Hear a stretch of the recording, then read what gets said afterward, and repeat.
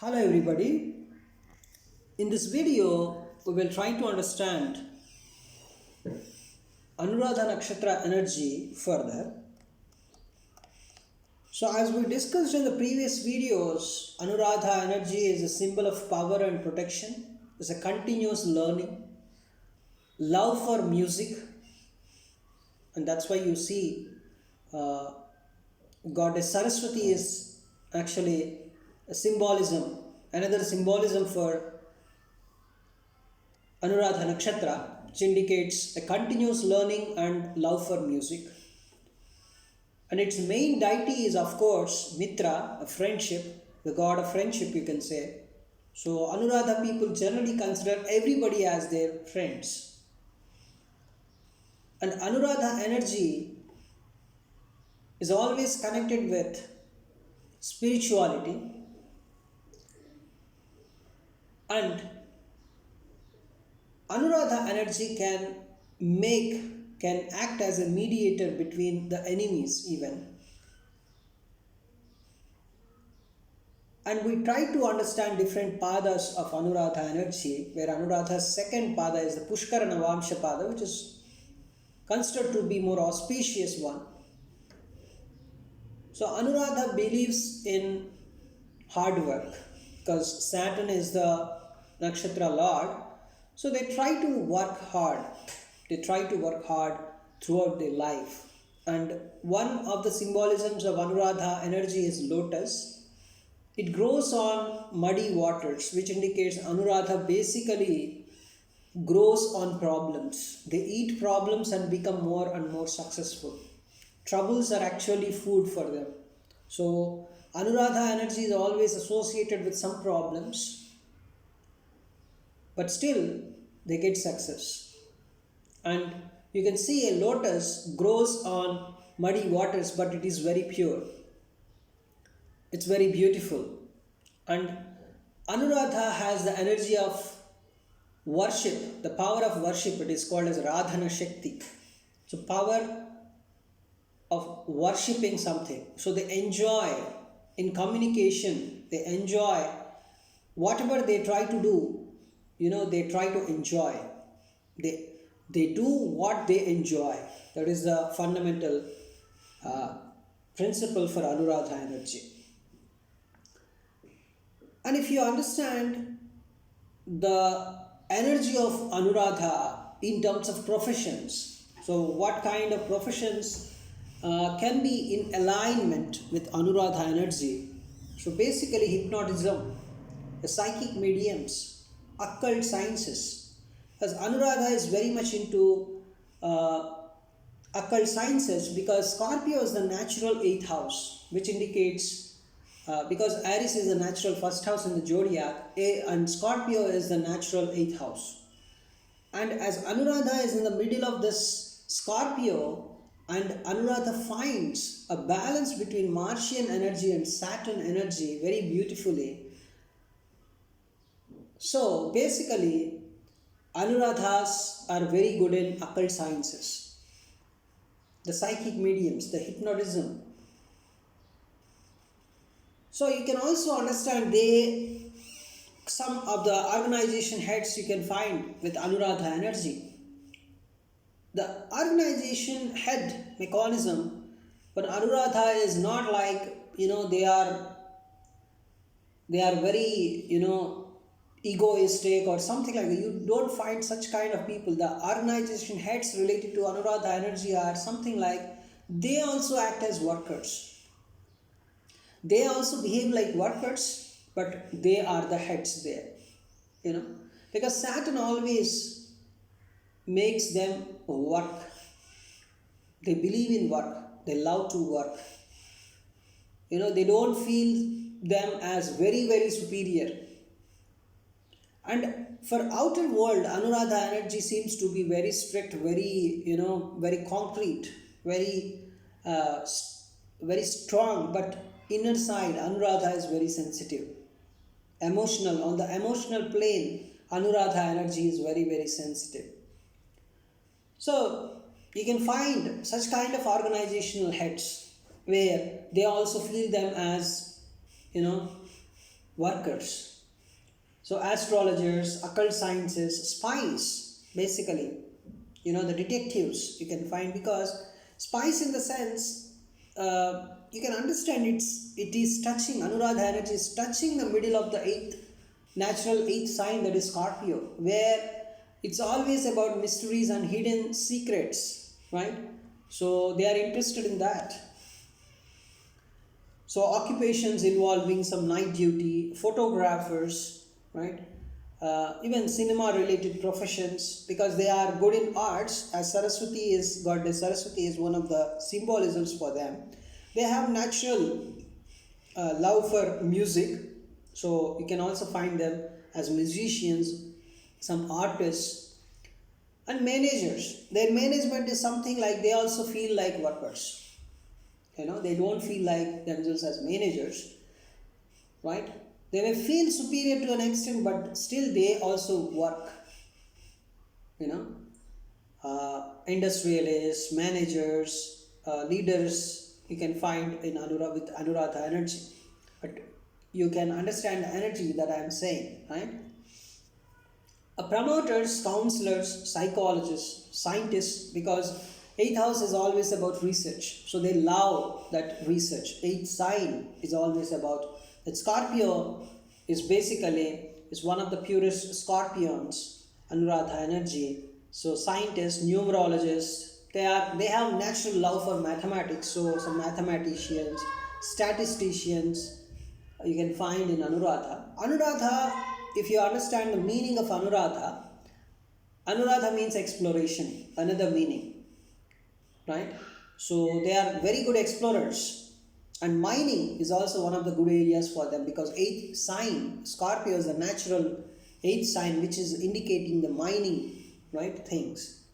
So factory workers also you can find with Anuradha energy, because Saturn, right, which is indicating that generally it is a karma karaka. So always any work energy you can associate it with Anuradha, mainly the factory workers.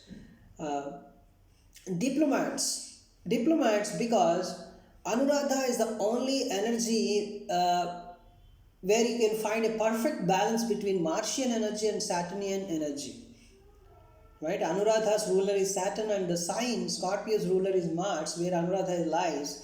So Mars and Saturn balance, you can find a perfect balance in Anuradha. So that balance they can achieve by this kind of they are easily achieving. So that's why they are very good diplomats. So all professions connected with dealings with foreign countries, because they like to explore more and more. So the exploration, maximum exploration is possible when you find new areas, new places, and some places, far away from your culture. So obviously, this kind of traveling, foreign countries, this kind of energy you can easily find associate with Anuradha energy. So group activity, they are very good in group activity, because if you understand Anuradha's deity Mitra is one of the 12 Adityas, and he never come alone. He always comes with Aryaman and another Shatabhisha energy, right? So that is Varuna. So he comes with Varuna and Aryaman. Aryaman is related to Uttara Falguni. That's why we say Anuradha energy is always very good with Shatabhisha and Uttara Falguni energy. They can gel easily and they can become very good friends. They can respect each other as well. And when you try to connect Anuradha energy with some places, you can understand places like forests, mountains, caves are always related with Anuradha energy, because they are the places of exploration. Forests are something like, even if you explore a lot, there's still something remaining that you need to explore, right, in a forest. So that exploration, that unlimited exploration, you can find in forest, mountains. So those places can be associated with Anuradha energy. And caves, because they are very much hidden, and hidden nature is completely present in Anuradha energy. There is something hidden with Anuradha always. Lakes, and isolated landscapes. Because see, when you try to understand Anuradha energy more, you can also relate it with the behavior of Ketu, which is the Moksha Karaka and Jnana Karaka. And Ketu is very much into the isolation, and Ketu gives detachment, is very good giver of detachment. He just wants you to know that nothing in the world is permanent, everything is temporary, and um so he gives detachment. That's a fundamental principle of Ketu's energy. That energy is very much can be very much blend with Anuradha energy. So there's isolated places, old ruins, castles, stadiums, right? And lot of technological areas. Wherever you find some technology and research, you can always associate with Anuradha. Any technology institute, even industrial area, research area, studying, right? Studying is more with Anuradha because they love to learn a lot.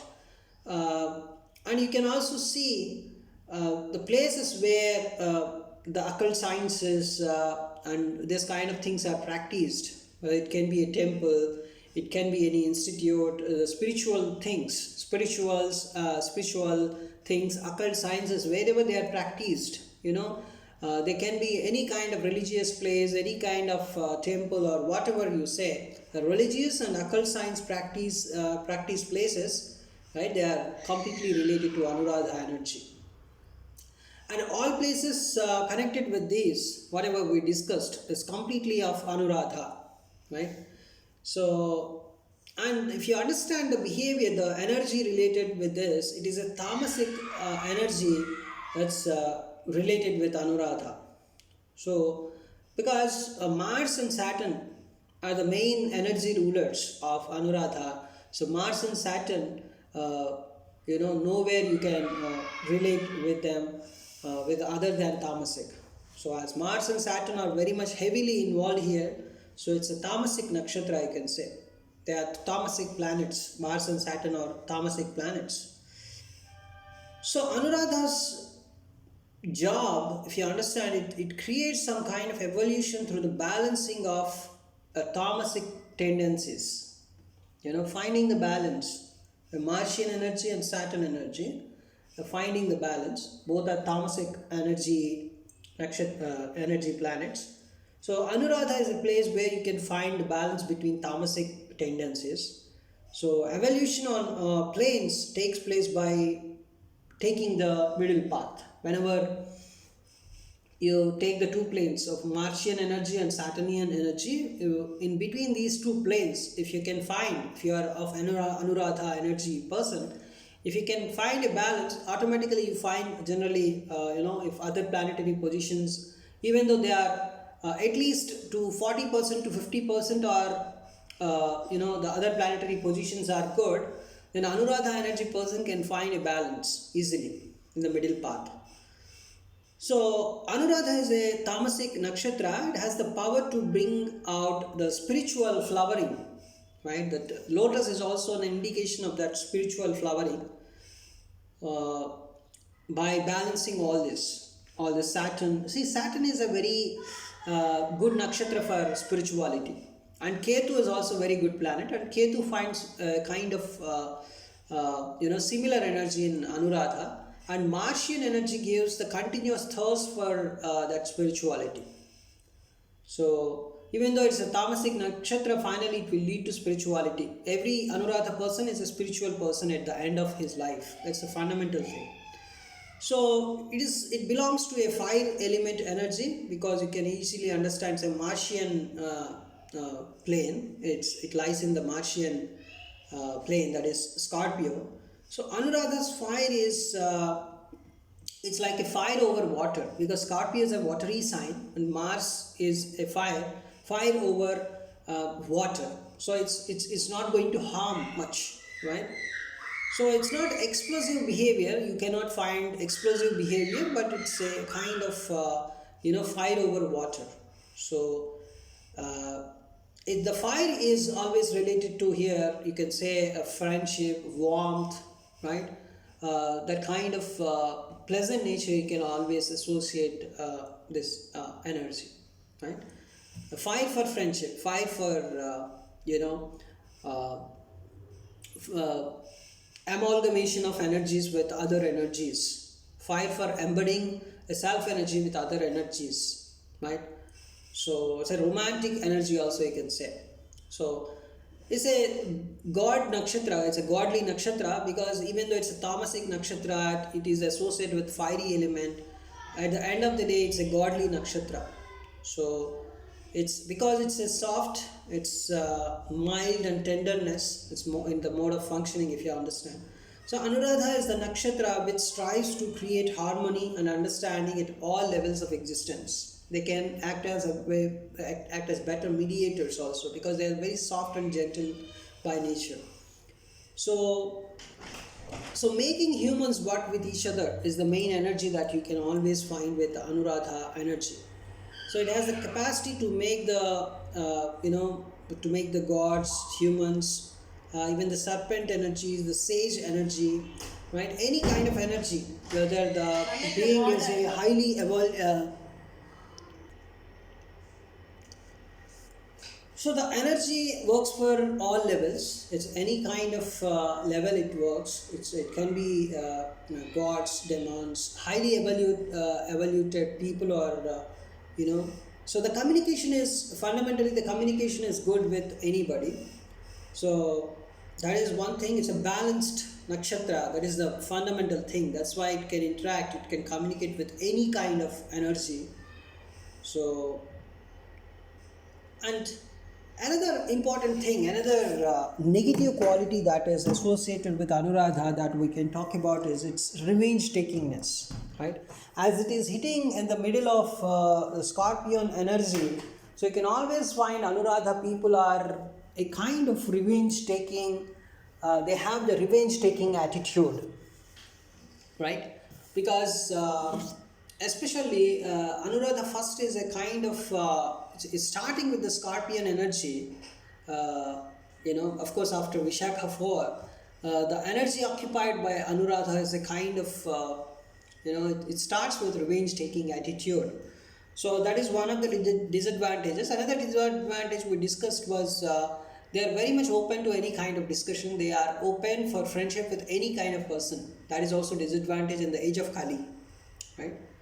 So that is where they can use that energy to balance people like Mars and Saturn are natural enemies. So they can actually find balance between these two. So they are naturally, they can act as better mediators, because they can act as a better balancing elements between enemies as well, right? So, main task of Anuradha is to find the balance between Mars and Saturn, right?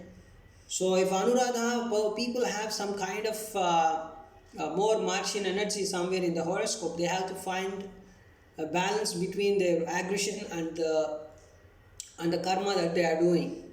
That is also there, right? And that is the path that they have to follow.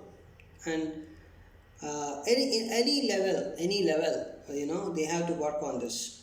So they are soft and tender by nature. It's a mild nakshatra, it's a soft nakshatra, you can say. So the best way to understand, a lotus, this one is the mild and soft nature of Anuradha is by its symbol. So it's a lotus is a soft and tender flower with a mild scent. If you observe the same similar energy, you can associate with Anuradha. So Anuradha's approach to uncovering the wheel of nature, right? Even in their exploration, uh, you can understand their behavior. Even in their research, even in their attitude, they can understand. You can see they act like a forceful warrior, but at the same time they are gentle lovers. A forceful warrior and a gentle flower. It's a mixture of these two. A very rare combination you can find with Anuradha energy. Their approach and their thirst for continuous learning, or whatever they want in order to achieve that one, they behave like a forceful warrior. And inside they are gentle lovers also, right? is a soft balance present between these two, and the balance you can achieve only with Anuradha energy. So you can also understand what are the some auspicious activities that you can perform on Anuradha's day. That is when the moon is in Anuradha Nakshatra on a particular day. What you can do on that day, what you can start, or what you can do. Any group related activities you can perform on the day of Anuradha, they can give success. Because with the diplomatism, with the kind of finding the balance between this Martian and Saturnian energy, Anuradha energy, when find the balance between enemies, they can act as better mediators. So any kind of group activity with less friction, it will lead to some success if you start on the day of Anuradha. Research and study, any kind of research, any kind of learning, any kind of study, right? Studying any kind of technology, sciences or occult sciences, any hidden sciences, you can start on the day of Anuradha. And meditation is very good. Whenever you want to start meditation, start on the day of Anuradha day. Saturn is the biggest plus point here for meditation. That focus, that concentration, that slowness, that kind of silence, right? You can always find with the Saturnian energy. And exploration, any kind of exploration, you can start on the day of Anuradha. So favorable for managerial activities that require some balance, that require some kind of decision making, because when you take a decision, you need to find balance between different elements. So it's also good for traveling, right? Because if you can have better exploration with better things. So foreign affairs, and also healing, a spiritual healing, and spending time with friends, because it's the symbolism of friendship, and finances, accounting to an extent, because they are good at mathematics, right? Comfortable in mathematics. So any secret activities if you want to start, that is also a very good day. Anuradha's day is very good because it's hitting the center of Scorpio. And inauspicious activities for Anuradha energy is marriage. So on the day of Anuradha, you should not get married. Not good for activities requiring direct confrontation, because it's always related to some kind of balance, some kind of problem resolving. It's not for confrontation on the day of. So when you start some confrontation on the day of Anuradha, it may not be very good. So not good for inaugurations or beginnings, right? It's not good for some kind of beginnings or inaugurations, right? Because of that Saturn and Mars involvement, right? But whatever we discussed, right? The group activities, research, uh, such kind of things, finding the balance, this kind of things you can do. The spiritual activities, mainly occultism, hidden sciences, exploration, those are very good on the day of Anuradha. Marriage is not good on the day of Anuradha. Direct confrontation or inauguration of something or beginning something is not very much recommended on the day of Anuradha. If you understand more, if you delve deep into this Anuradha energy, you can always find these planets: Mars, Saturn, Pluto, Ketu. These are the 4 planets that you always find, right? So Saturn is the main planetary ruler, because the Saturn Nakshatra, a strong influence, right, is very much present. Saturn's strong influence is always present on Anuradha, because there is a continuous discipline it's associated with them. Whether they are having enough energy or not, they try to maintain some discipline. So because of Saturn's energy, so Saturn makes Anuradha serious about life in general. Saturn people are a bit serious about their lives. They don't just do it. They want some discipline. They want to, they have some hopes on some achievements. So it makes Anuradha natives, instead of going some superficial layers, instead of thinking in a, regular social interactions, they try to be very, practical as well, right? So basically, because of Saturn energy gives them the ability to understand, right? and then understand the limitations in the material plane and try to act based on that. So a well-defined sense of purpose they always maintain. For whenever they do some activity, they try to check what is the purpose of it, right? The discipline, what kind of discipline it needs. So here you can find Ketu's energy also. Ketu is also a karmic planet. Saturn is another karmic planet. So it's always about karma. Karma calculation is very much good in Anuradha energy. So whenever you try to talk about Anuradha, you talk about occult sciences more and more, right? As more is also not enough. Anuradha's energy is very much into that spirituality, occultism. Ketu is very much aligned with this nakshatra's energy. Ketu is responsible for this whole occultism, interest in occultism and hidden sciences. They are always very much interested in secrets, hidden sciences. So Mars provides the initiative, the impulse that's required for this particular energy, that occultism or hidden sciences, interest in that, the passion. The fire is actually initiated by Mars, and it is going to be constantly maintained by that Saturn energy. It's beautifully maintained. The impulse that's for the hidden sciences and occult sciences, whether it's astrology or it can be any kind of crystal healing or anything, a kind of interest is given by Mars. So if an Anuradha person has a strong Mars, then definitely he is definitely into this astrology or his kind of occult sciences or whatever. He definitely finds interest in that. And then if Saturn is also very good, then he has this constant thirst and constant effort that is going in this astrological sciences or crystal healing or any kind of occultism, any kind of hidden things that can range from the palmistry to tantric energy, tantric sciences or whatever, right? So Pluto is also very much related with this nakshatra. So Pluto is basically, if you talk about the, if you also take Pluto into account, but generally in Vedic astrology we don't consider Pluto's energy at all. But if you consider Pluto also, Pluto expands the conscious and subconscious boundaries of Anuradha, and so that they can, they can enjoy this whole journey of occultism,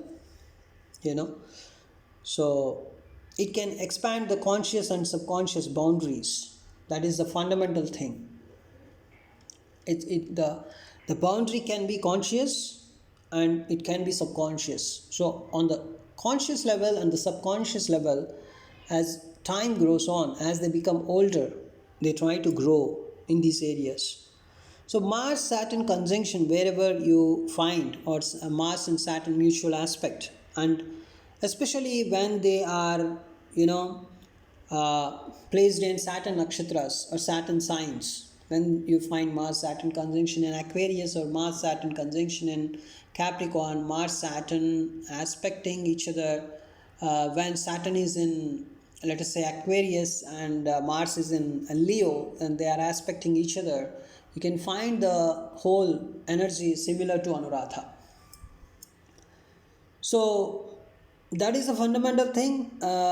Saturn, Pluto, Ketu, Saturn, and then Mars, Pluto conjunctions. This is all related to Anuradha energy. You can just feel the energy. It's very, very, it's a kind of secretive energy, but at the same time it's very technical, very technological, very hidden, right? It's a research oriented thing, a very beautiful thing, totally, right?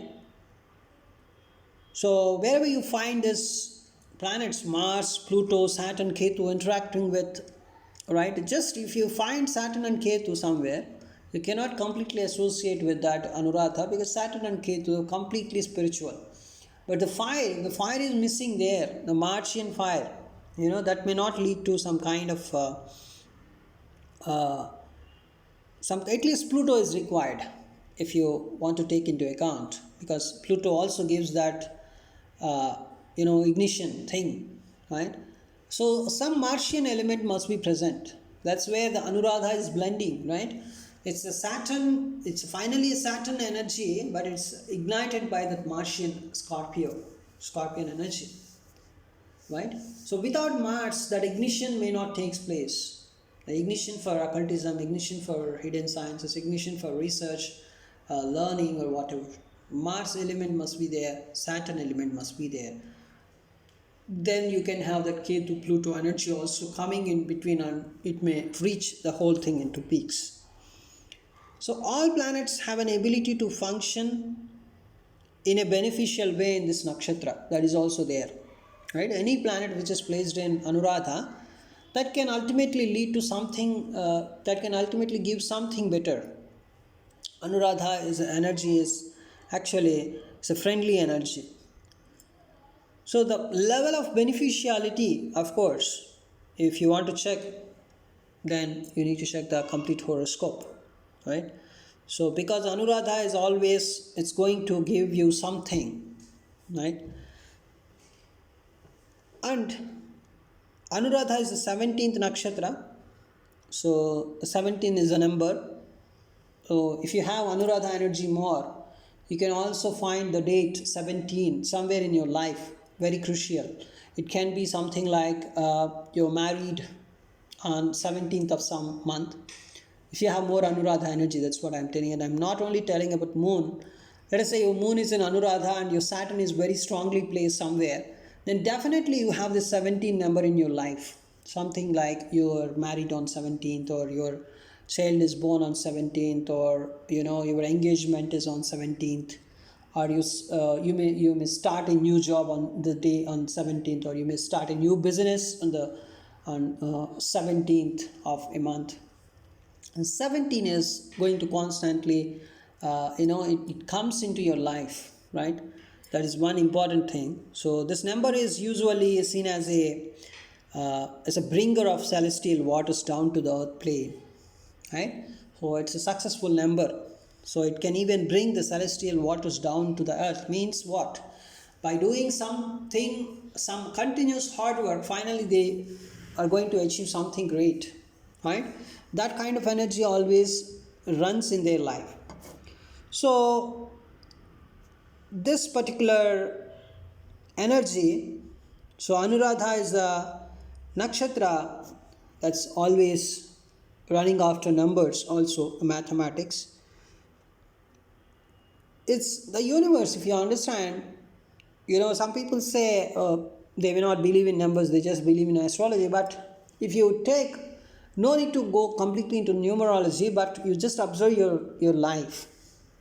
On which day you're actually starting, you started a new job, which day is actually playing an important role in your life. If you continuously note it down, you find a pattern, right? That's where the mathematics or the game of numbers come into the life, because numbers, basically the universe speaks to you in terms of numbers.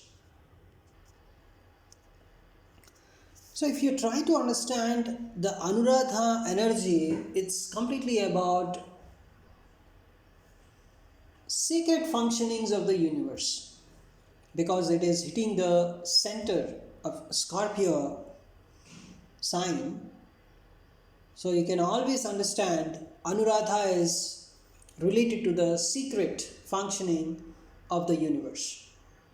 So the real function of Anuradha, however, relates to the movement of Kundalini energy, the serpent energy. If you take Auslesha as the seed of a Kundalini energy, and you can find somewhere in Purva Bhadrapada and Uttara Bhadrapada the Kundalini, energy becoming successful, but the whole movement actually takes place in the Anuradha energy.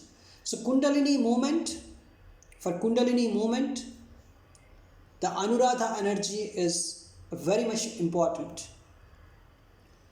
So any kind of tantric things, any kind of secret things, any kind of hidden things, the secret functionings of the universe, that's where you can always find the Anuradha energy, a very soft, a blending, a continuously haunting energy is Anuradha, right? So the 7 centers that a human has, you know, that's where the Kundalini energy flows. And in order to move that energy from one chakra to another, Anuradha energy is very much required for that. So the awakening of the Kundalini from its dead state or from its normal state in the Mooladhara chakra actually happens under the influence of Aslesha energy. So the awakening actually takes place in the Aslesha. So after Aslesha, Anuradha is the first nakshatra where a full-scale exploration of all the chakras takes place. A continuous movement of energies takes place here in Anuradha. So this exploration, it gives lot of fruits. It gives lot of, it is the energy exploration is something like you are exploring all the old karmas and you are trying to nullify all your old karmas. Your moksha basically happens through, your liberation basically happens through this Kundalini awakening. If you choose this Kundalini awakening path, then definitely Anuradha energy is required. It is going to be very helpful for you in Kundalini awakening. So, if you want to get the access to the universal functionings, then Anuradha energy is required. So that the bodily nerves become capable of carrying direct, astral, casual, or whatever the impressions or the energies, right? So all these energies can become your friends. So the energy of friendship is always associated with it. A Kundalini moment is always associated with it, right? So your body capable of carrying this particular Kundalini energy, that can happen only with the functioning of Anuradha. So thanks for watching this video. We will try to understand more about this nakshatra in our upcoming videos.